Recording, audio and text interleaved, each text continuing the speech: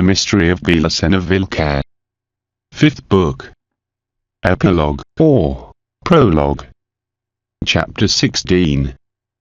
Then occurred the phenomenon that I had decided to expose apart, due to, I didn't find a convincing explanation for it yet. As I said, I was still looking at heaven, towards the Southern Cross, and thinking in the things that I mentioned, trying to dominate the nostalgia for the departure of Uncle Kurt, trying to overcome the nervous depression. The hit was violent, overwhelming, in the center of the skull, some centimeters above the place where Uncle Kurt applied me his accurate kickback.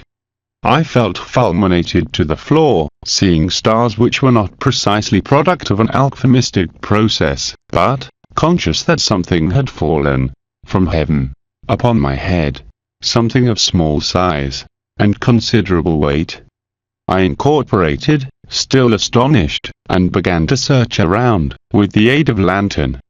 I didn't delay to find the projectile cause of the bump, which painful effects lasted many days, and which scar I conserve. As is easy to imagine, it was a stone. But such was the stone artistically carved, and resulted evident that belonged to a major set, from which fractured was the hand of a child of stone, mutilated at the height of the wrist, which expressed the bella mudra, that is to say, the expression, the inner salute of the house of Tharsis. The index and thumb fingers were stretched, forming the straight angle, and the middle ring and pinky finger were flexed over the palm of the hand.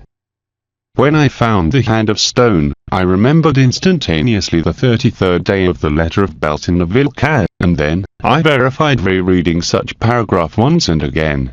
In the day, BELICENA VILLCA narrated the extermination of her lineage, realized by Beret and Bishar, at transmuting the not initiated members of the house of Tharsis, as the ones of the family, in bitumen of Judea.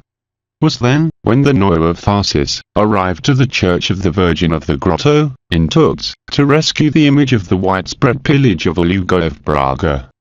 And was it fulfilling this mission, when he verified that to the child of stone had been amputated the hand that expressed the Varun Bella. But such disappearance occurred in the 13th century, 700 years before, when at least it seemed adventurous, to not say absurd, to relate this fact with it.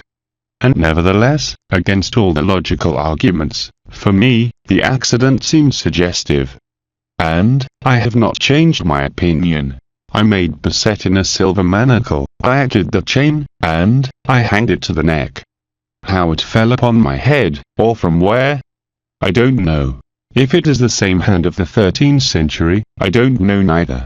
And what meant that it fell upon my head in that moment, it is something that belongs to the field of the most obscure enigmas. But I like the piece, and I will take it with me until the end.